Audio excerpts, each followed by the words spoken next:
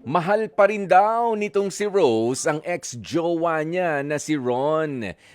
Kahit daw po ito na-discover niya na babae lang siya nito. Mm-mm. At may jowa pala talagang iba itong si Ron. Nagawa raw kasing ilihim ni Ron na meron siyang 5 taon na kasintahan. Meron na ring, ano ba ito, malaman natin mamaya kung asawa ba o girlfriend lang din. Ayan, itong 5 years na kasama nitong si Ron. Pero nang madiscover na raw ito ni Rose, dito na nga talaga gumuho rin yung mundo niya. Biruin mo, kabit ka pala, hindi mo alam. Ang mas masakit nga lang, hindi pa rin tumigil si Ron sa pakikipagrelasyon naman kay Rose. Hanggang sa tuluyan pa ngang mabuntis itong si Rose. Pero dahil nga po sa stress ng kanilang kakaibang relationship nitong si Ron, ay nanganak itong si Rose after 6 months of pregnancy. Premature. Okay? Nga lang, 3 araw lang yung inabot ng kawawang sanggol nitong si Rose ay pumanaw na rin ito. Okay? Ang mas malala pa po sa mga pangyayari, na-stress ka na, nagkaroon ka pa ng premature na baby, na matayan ka pa, siya pa yung sinisisi nitong pamilya, nitong si Ron sa pagkawala nung bata. Nako, kausapin na nga po natin. Rose, magandang tanghali sa'yo. Magandang tanghaliin po. Kumusta ka na ngayon, Rose?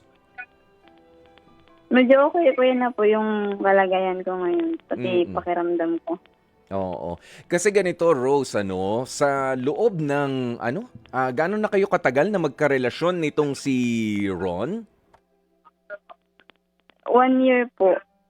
Okay, tapos itinago niya sa'yo na meron pala siyang karelasyon for 5 years na. Yes po.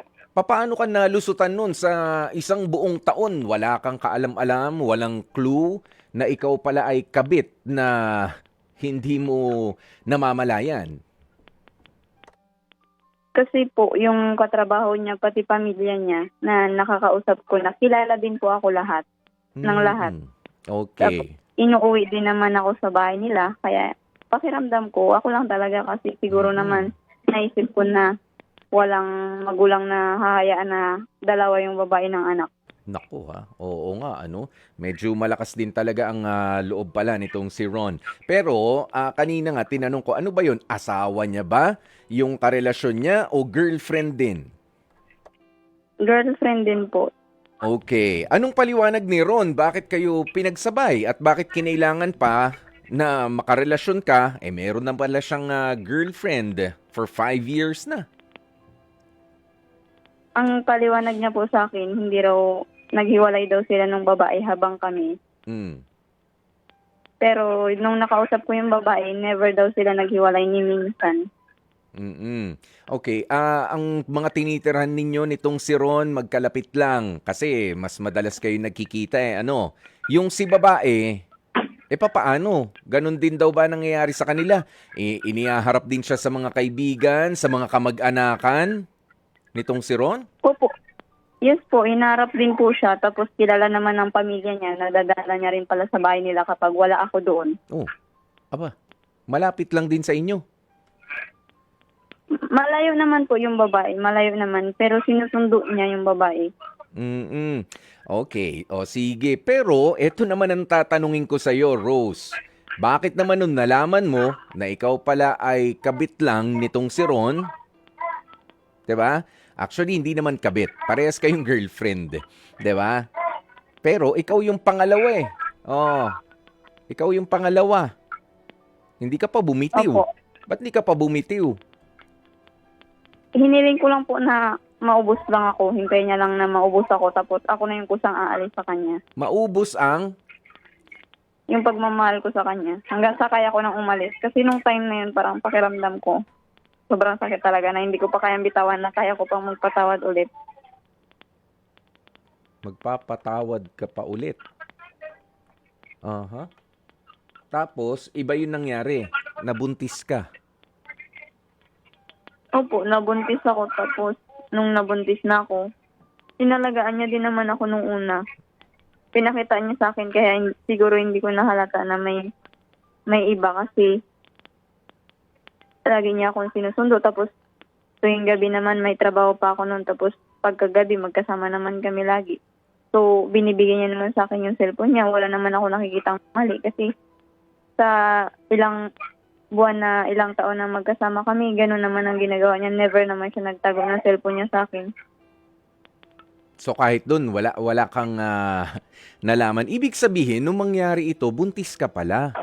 Nung malaman mo.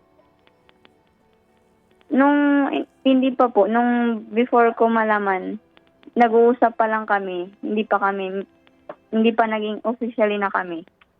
Oh. Nung nalaman ko na may girlfriend siya, Oh. nalaman ko po na may girlfriend siya kasi nahuli ko yung conversation nila na dalawa pala yung account niya. Dinidelete niya lang pag magkasama kami para hindi ko makita. Nung time Teka. na Bago naging kayo, alam mo na pangalawa ka lang. nung hindi ko po alam kasi nung time na nalaman ko na may girlfriend pa pala siya, nilayo ko po yung sarili ko. Tapos, siya yung nagmakaawa na balikan ko siya kasi kinasal na rin daw yung babae, may asawa na rin daw yung babae. Yun yung paliwanag niya sa akin kasi pati dinala niya na ako sa magulang niya. Mm-mm. Tapos magulang niya na mismo yung nagpaliwanag sa akin na matagal na silang wala. Aba, may ganun pa ha. May, kumbaga may aktor na. Merong script eh. May script eh. Di ba? Scriptwriter si Ron, pero siya rin yung aktor at meron pa mga supporting actor. Yung mga magulang. Oo, given na alam nila na kung ano talaga yung nangyayari. Well, okay, hindi naman natin na masyadong huhusgahan na yan, ano? Pero, yun nga ang kwento. So, pumayag ka, nagpatuloy ang relationship ninyo. Nung nagbubuntis ka, hindi mo pa alam. Tama ba? Hindi po. Wala na po akong alam nun kasi siya naman, pag nag-aaway kami, pupunta siya sa magulang niya. Yung magulang niya nag-explain sa akin ng lahat ng bagay na huwag ka mag-isip kasi buntis ka, hindi makakabuti sa'yo. So, kailan mo Siguraduhin namin na. Oo, so kailan mo nalaman na pinagsasabay kayo nitong si Ron? Nung this January 1 na magkasama kami kasi gabi, magkasama kami January 1, ngayong taon po. Oh, sandali, sorry ha, pero wala na si baby mo nito. Wala na po yung anak namin. Pero nung time na, yung mga panahon na nawala yung anak namin, pinisi nila akong lahat. Lahat sila, pati pamilya niya. Pati mga katrabaho niya. Parang sa kinuwento niya sa mga... Opo, kinuwento niya sa mga katrabaho niya na kaya daw nanganak ako kasi matigas daw ulo ko, hindi raw ako nakikinig sa kanya. Okay, hindi kasi ganito ha, Rose. Ang akala ko na stress ka doon sa problema na ikaw pala ay pangalawa lang. Okay? Doon sa papel mo, sa buhay nitong si Ron, kaya na-stress ka sa pagbubuntis. So, hindi pala. Nung nagbubuntis ka... Hindi po. Nung nagbubuntis ka, hindi yan ang pinanggagalingan ng stress mo. Anong pinanggagalingan ng stress mo? Siya po mismo na halos ibigay niya lang ako sa pamilya niya tapos hindi siya uuwi sa bahay tapos o kaya ihahatid niya ako sa pamilya ko tapos hindi rin siya uuwi doon maliban na lang kung may masakit ako na nararamdaman gano'n saka lang siya mapipilitan pang umuwi. Okay, so na-stress sa madaling salita, ganoon na nga ano. Ayan, pero nung wala na si baby, ikaw pa ang nasisi ng mga nakapaligid. Hindi kaya masyado mo lang iniisip na ikaw ang nasisi nila? Hindi po. Kasi nung may time na nakausap ko rin yung family nung last. Siya rin mismo yung nagsasabi sa akin na nagagalit daw yung mama niya kasi kasalanan ko naman daw lahat. Pati yung ibang tao, sabi pa niya lahat ng mga tao sa paligid mo, alam kung ano yung ugali mo, which is reflection lang yun na kung paano niya ako tratuhin. Yung ba mga tao na sinasabi niya nakakausap mo, di ba nakakausap mo naman? Totoo ba yung sinasabi nila? Takot po ako magtanong kasi iniisip ko na ayoko na sirain yung pangalan niya, okay lang naman sirain yung pangalan ko. Mhm. Okay, hindi mo ba naisip na baka, kumbaga iba yung pinararating sa'yo nitong si Ron, ha? 'Di ba? Iba yung, kuwento na pinararating sa'yo. Well, in fact, baka nga nakikiramay pa itong mga tao na 'to dahil alam mo, yung magulang niya, nanay din yun, 'di ba? Katulad mo. Sino ba naman na may gusto na mawalan ng anak, 'di ba? Hindi mo ba naisip yun? 'Di ba nakakapag-usap naman kayo dati, kamo? Oh, Hindi, kakaiba po yung nanay niya, kakaiba. paanong kakaiba? Siya lang yung nakita kong, siya lang po yung nakita ko na nanay na kahit na mali ng anak niya, Oh, gagawin niyang tama. Parang hindi ka makapagsalita sa kanya kasi sisigawan ka niya, tapos sasabihin niya na wala kang kwenta, yung sagabal nanay ka niya, sa buhay ng anak ko, ganun. gano'n ang salita? Ha? Opo, Gano'n ang tabas ng ganun po. bibig, ha? Okay, so, dun sa nanay, maaring gano'n. So, iniwasan mo na rin kausapin? Hindi, noon pa man po, iniiwasan ko na magpunta Hmm, sa bahay nila kasi nakikita ko na sensitive yung nanay niya sa mga bagay-bagay. So, hindi ayoko rin hindi naman na may sensitive stress yun. ako dahil doon. Ang tawag dun, insensitive. Oo. Oo, hindi. 'Di ba? Wala nang pakialam sa nangyayari o sa damdamin ng iba, 'di ba? Okay. O sige, pero nandiyan na tayo, no? O eto na, nalaman mo na kamo nung January. Ha, finally, tama ba? Nalaman mo na ang Bis, pinakatatagong sikreto ni Ron. Tama ba? yes po. Oh, pagpasok ng taon na 2026, bakit naman ipinagpatuloy mo pa nga at sinasabi mo pa kanina na hinihintay ko na lang na maubos ako. Anong mauubos? Yung Kasi pagmamahal ganito mo. po, Oh. before ko siya mauli, may time na pumunta siya sa bahay namin kasi bira siya pumunta sa bahay. Kasi ayaw niya naman ako itira sa ibang ayaw niya rin na i-live-in ako na, gusto niya sa magulang niya ako magtira. So Mm. before yun, pumunta siya sa amin sa bahay.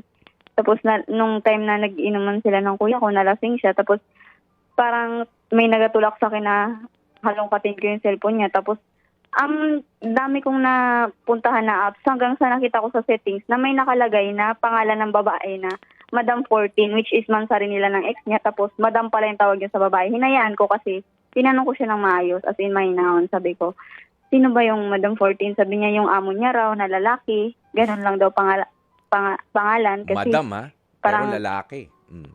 yes po, ganun po yung explanation niya. So parang hindi na ako natahimik mula noon hanggang sa January 1, nakita ko na, sinearch ko po sa Facebook yung number na nakita ko sa Mm. cellphone niya. Naglabas yung Facebook ng ex niya, yung page ng ex niya. Mm. Tapos, syempre, doon na parang hindi naman po ako warstrick. Pero nung time kasi na yun, nagwala ako sa bahay nila. Tapos nagalit yung nanay niya. Sabi ng nanay niya, bakit mo pa binabalikan yung past ng anak ko? Dapat makontento ka na kasi inuuwi ka na dito eh. Mm. Tapos yun, parang inassure nila ako na kami rin naman hindi rin naman hayaan namin na yung guy na magagawa ng mali. Parang ganun. Pati ating niya, yun ang sinasabi, nagasalita na hindi ka naman niloloko ng kapatid namin. Mm. Pero Tapos hinayaan ko. pinagsasabay pala kayo. Yes po. Oo. Tapos hinayaan ko. Then, nung January 26, doon ko nalaman na pinuntahan niya yung babae. Mm. Nung time na yun, inaaya ko siya na tara manood tayo ng banda kasi fiesta sa amin, manood tayo ng banda. Tapos, hindi siya. Sabi niya wala akong gas kasi ganito, kapos din ako ngayon. Naintindihan ko kasi yun naman ang lagay kong inano sa kanya. Pero nung time na yun, pinuntahan niya pala yung babae. Nanood pala sila. Hindi nag-cross yung landas namin. Pero mabigat yung pakiramdam ko nun. Yung lugar na pinagyayaan mong puntahan ninyo, sila pala yung magkasama. Yes po. Pero hindi ko po siya nakita nun. Kasi nung time na yun, kilala ko kasi yung babae. Pero yung babae na yun, sinasabi niya ex niya, sabi niya, hayaan ko daw, wag ko raw kausapin. Binlock niya pa nga sa account ko, tapos binlock niya din ako sa account ng babae. Okay. Ayan, pero nandyan yung sabi mo, may kapatid na nagtatanggol sa kanya. Merong nanay din na nagtatanggol. Ang alam nila ay ex na. Baka naman talagang ex na nga. Hindi po, kasi tuwing nag-aaway daw sila ng babae, yung babae daw nagsusumbong sa magulang niya, kaya daw hindi rin nalaman ng babae na may iba siya. Bakit puro daw? Sino ba yung nakakausap mo? Yung yung guy. Yung lalaki. Opo. Oo, yung ano ba, live-in kayo? Hindi naman kayo nagli-live-in, di ba? Hindi po. Oo, hindi naman. Okay, yung jowa mo. O siya yung nagsasabi. Ibig sabihin, umamin na sa'yo. Nung huli po, inamin niya na lahat yung kasalanan niya. Okay. Dun ba sa pag-amin ng kasalanan nitong si Ron, naubos ka na ba o hindi ka pa rin ubos? Kumakapit ka pa rin? Mga ilang linggo pa po bago ko napagod talaga kasi iba na rin yung pakikitungo niya tapos iba na rin siya magsalita, masakit na masyado, parang ganun. Okay. Eto, bago natin tunguhin, yung paghihiwalay niyong yan, ano, maitanong ko lang sa'yo, ano ba yung parang hindi mo mabitiw-bitiwan dito kay Ron sa likod ng nalaman mong katotohanan? At, di ba, masakit yung mga salita dahil nagkaroon kayo ng baby sana eh. Di ba? Oh, Yes po. at nasisi ka pa, parang nagalit pa sa'yo yung mga taong nakapaligid sa inyo. Sabi mo, pero ano nga yung parang gusto mong kapitan sa kanya? Ano ba, yung pangako niya? Yung itsura niya ba niya? Kakaiba ba talaga magmahal itong si Ron? Sige nga, Rose. Siguro po yung yung parang pakiramdam ko kaya niya pang ayusin yung sarili niya kasi gusto ko maniwala sa kanya lagi. Hmm, umaasa ka pa, sana, na maayusan lahat. Opo. Nga lang, wala na talaga. Diba? Mm. Yes po. Wala na kasi. Ano yun, Rose? Kasi pinili niya din po pala yung babae. Tapos sabi nung guy, sabi nung ex ko, wala niya na pinili. Wala siyang pipiliin sa amin dalawa. Tapos nalaman ko na okay pala sila. Pinag-ayos pala sila ng magulang nila. Ng babae, ng lalaki. Pinapunta yung babae sa bahay nila. Tapos pinausap. Tapos pinag-ayos sila. Kailan nangyari to? This year din? February 10? Ba talagang kabisado mo pa yung mga date, ano? At yun na yung nagbigay sa'yo ng signal na tama na, Rose. Yun ba yun? Hindi pa rin po. Hindi pa Kasi rin. Lumaban bago pa ako rin. Kasi nagsama pa ako sa kanya. Tapos sabi niya, ayusin niya muna yung sarili niya. Mm-mm. Tapos maghiwalay muna kami kasi kailangan niya ng marami pa daw ako mararating. May pangarap din daw siya. Mhm. Hindi raw kami makakausad parehas kung parehas kami kakapit sa isa't isa. Nang ibig sabihin pala ay ayusin ko muna sarili ko. Bahala ka na muna dyan. Diyan ka na. Opo, parang ganun. Okay. Pero nangako siya na hindi niya babalikan yung babae. Pero anong nangyari ngayon, binalikan na pala. Baka hindi niya nababalikan Binalikan kasi... na pala. Oo, hindi ko nababalikan yun, Rose. Kasi kami na. Opo, Kami siguro. na ulit. Wala nang babalikan kasi akin na siya ulit. Kami na ulit. Tuloy-tuloy na kami. 'Di ba? O, ito nga, kwento mo na sa amin. Kailan ka bumitiyaw talaga na, alam mo, sa ganitong klase ng pakikipagrelasyon, di ba? Nabubulagan nga tayo dahil mahal natin. Kahit pa nga imperfect yung kapartner natin, umaasa tayo na magbabago, di ba? Pero ano talaga yung nagsabi sa'yo o yung nagising ka na, tama na, Rose. Hindi na, parang wala ka ng talino na natitira. In short, parang ang tanga-tanga mo na. Yung ikaw na mismo ang bumitiw. Nung nung may time na sabi ko mag-uwi na ako, hindi niya ako pinigilan. Tapos, nung pagsakay ko ng bus, doon ko na-realize na wala pala ako although masakit, pero hindi na kagaya ng sakit nung una na parang wala na lang nung umalis ako. Teka, ba't Doon ka ko sumakay na-realize ng na bus? kaya ko pala. Ba't ka sumakay ng bus? Malayo, uwi ka na sa inyo? Ganon? Umuwi po ako sa amin tapos ngayon nagstay ako sa kuya ko sa malayong malayo, mga 5 hours yung biyahe bago makarating dito. As in malayo sa kanya para kahit papaano, kasi alam ko yung bahay nila, hindi na ako makapunta ulit doon sa kanya. Parang ganun. Minsan kasi parang naiisip ko na gusto ko pa siyang puntahan. Pero ito kasi yung para sa akin yung best way na maglayo ako para hindi ko siya maisip anytime. Yes. Oo, ikaw na ang humugot sa sarili mo doon sa lubak na paulit-ulit mong nadadaanan, paulit-ulit ka natitisod. 'Di ba? Yes po. At syempre, naging supportive naman yung pamilya mo sa'yo considering na hindi lang yung relationship ang iniiwan mo rito. Ikaw rin ay isang nagdadalamhating ina sa ngayon. Tama ba? Yes po. So, iniwan ka na talaga o iniwanan mo na itong si Ron, pati yung mga masasamang mga alaala.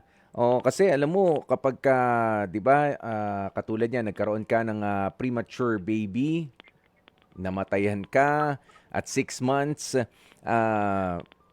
nasisi ka pa, pinakikita kung anong klase ang karakter nitong karelasyon mo, 'di ba? Emotionally, parang hindi ka nasuportahan. Tama bang sabihin 'yon, Rose?